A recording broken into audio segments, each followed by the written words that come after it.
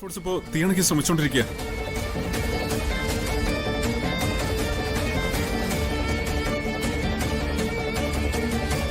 ഗുരുതരമായി ചിലർക്ക് പരിക്കേറ്റിട്ടുണ്ട്. അവരെ ആശുപത്രിയിലേക്ക് മാറ്റി.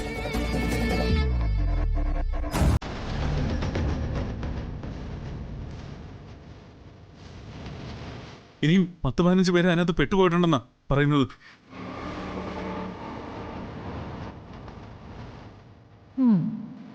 എൻ്റെ സസ്പെൻസ് ഞാൻ ആദ്യമേ പൊട്ടിച്ചു. അതിൽ ഇവരുടെ എല്ലാ സസ്പെൻസ് കത്തിക്കരിച്ച് കളഞ്ഞു. ഇനി എൻ്റെ ആക്ടിങ് തുടങ്ങാം.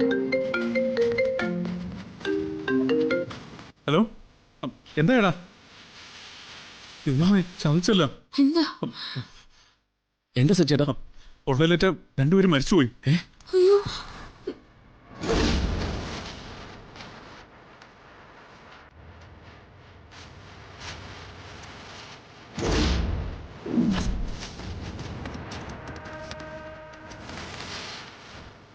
ഇനിയും ചിലരുടെ നില ഗുരുതരമാണ്. അച്ഛാ,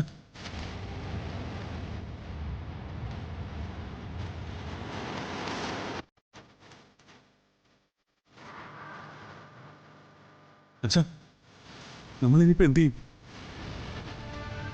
ഇനി ഒന്നും ആലോചിക്കാനില്ല. എത്രയും പെട്ടെന്ന് നമുക്ക് ഹോസ്പിറ്റലിലേക്ക് പോകണം. ധനുഷൻ, അനുപേട്ടനെ വിളിച്ച് വേഗം ഫാക്ടറിയിലേക്ക് എത്താൻ പറ. അനുപേട്ടൻ അവിടുത്തെ കാര്യങ്ങൾ നോക്കുമ്പോഴേക്കും നമുക്ക് ഹോസ്പിറ്റലിലേക്ക് പോവാം. എന്റെ ദൈവമേ, ഞാൻ എന്തൊക്കെയായി കേൾക്കുന്നത്?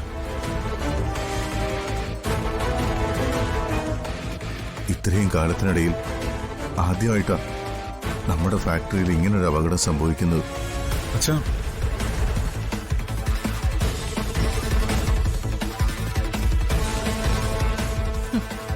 നമ്മുടെ വീട്ടിലിപ്പോൾ അപകടങ്ങളുടെ കാലമാണല്ലോ. അതിപ്പോൾ ഫാക്ടറിയിലേക്കും പടർന്നു. അത്രേ ഉള്ളൂ.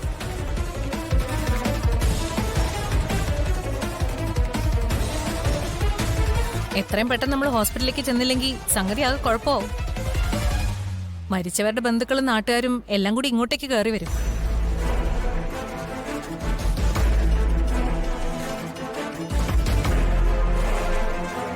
അതിനു മുമ്പ് നമ്മൾ അങ്ങോട്ട് പോയി അവരുടെ ബന്ധുക്കളെ കണ്ട് സമാധാനിപ്പിക്കണം. മക്കളെ, വേഗം വാ, നമുക്ക് പോവാം. നിങ്ങൾ ഇവിടെ നിന്നാ മതി, ഞങ്ങൾ പോയിട്ട് വരാം. വേഗം വാ.